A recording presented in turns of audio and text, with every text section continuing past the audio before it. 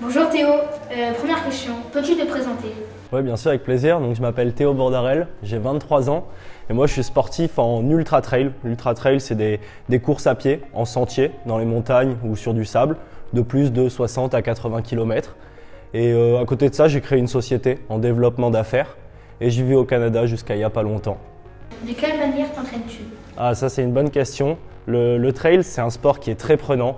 Je fais 80 km à peu près de course à pied et je fais ce qu'on appelle un entraînement croisé, c'est-à-dire que je fais aussi beaucoup de vélo et beaucoup de préparation physique. C'est important d'être costaud sur l'entièreté du corps. Quelles valeurs t'ont apporté le sport?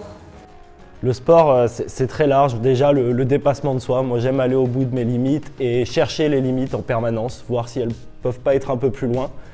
J'ai des bons souvenirs du sport en collectif aussi, où après le sport, après l'entraînement, on s'amuse avec les copains, c'est quand même agréable. La compétitivité et la combativité, quoi. Quel conseil donnerais-tu à un jeune trailer? Alors, si je devais donner un conseil à un jeune trailer, je lui dirais d'abord d'aimer passer du temps en colline, en montagne, ailleurs que chez lui et commencer à apprécier ça, de faire de la randonnée mais un peu plus rapidement et d'y aller progressivement parce que la course à pied ça reste un sport traumatisant où si tu vas trop vite, tu te blesses. Donc il faut vraiment faire étape par étape et y aller progressivement. Comment te prépares-tu mentalement avant une course?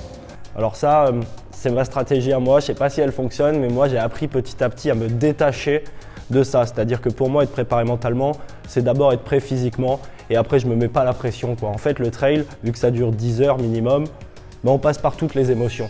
Donc il faut juste être prêt à endurer un calvaire ou beaucoup de plaisir, mais juste être prêt à toutes les situations possibles, quoi.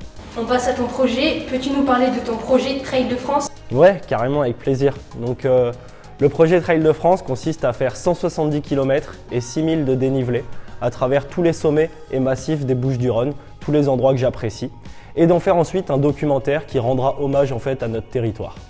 Pourquoi fais-tu ce projet?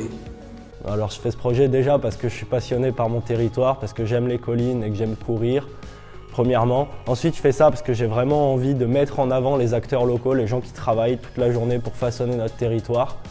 Et enfin, il y a un objectif environnemental. Avec ce projet, je veux vraiment montrer qu'on peut être touriste, on peut s'amuser avec ses jambes, avec un vélo. Il n'y a pas besoin de prendre l'avion pendant 600 km, quoi. Qui t'accompagne dans le développement de ce projet? Alors déjà, j'ai une équipe de production, entre guillemets, avec un pilote de drone, un réalisateur vidéaste et un photographe. Et ensuite, je suis vraiment accompagné par tous les partenaires, en fait, les gens qui ont cru en mon projet et qui me soutiennent, que ce soit en logistique ou financièrement.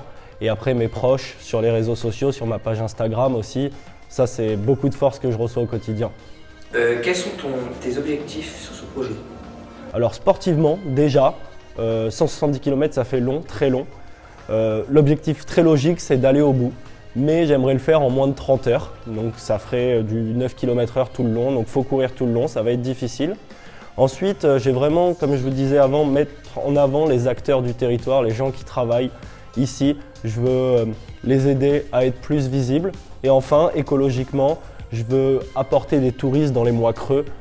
J'ai un exemple en tête, les calanques en août, qui sont impraticables parce qu'il y a trop de monde, parce que c'est beau. Là, moi, je vais montrer qu'en Provence, c'est bien tout le temps, même en février. Et il n'y a pas besoin d'aller dans les calanques, quoi. Et pour finir, on peut t'aider comment? Ah, c'est une bonne question. Vous pouvez m'aider de 3 manières en fait. Déjà, relayer mes informations sur les réseaux sociaux, sur ma page Instagram, Théo-outdoor. Ensuite, j'ai mis une petite cagnotte en place que j'ai lancée ce matin d'ailleurs pour la venue au PAUC. Et ça, chaque don aura son intérêt. Et enfin, pour les entreprises, on peut imaginer des collaborations commerciales. Je vous laisse me contacter par exemple sur Instagram pour qu'on discute de moyens d'échanger de la visibilité contre de l'argent ou du matériel pour m'aider à mener à bien ce projet. Merci à toi. Avec plaisir.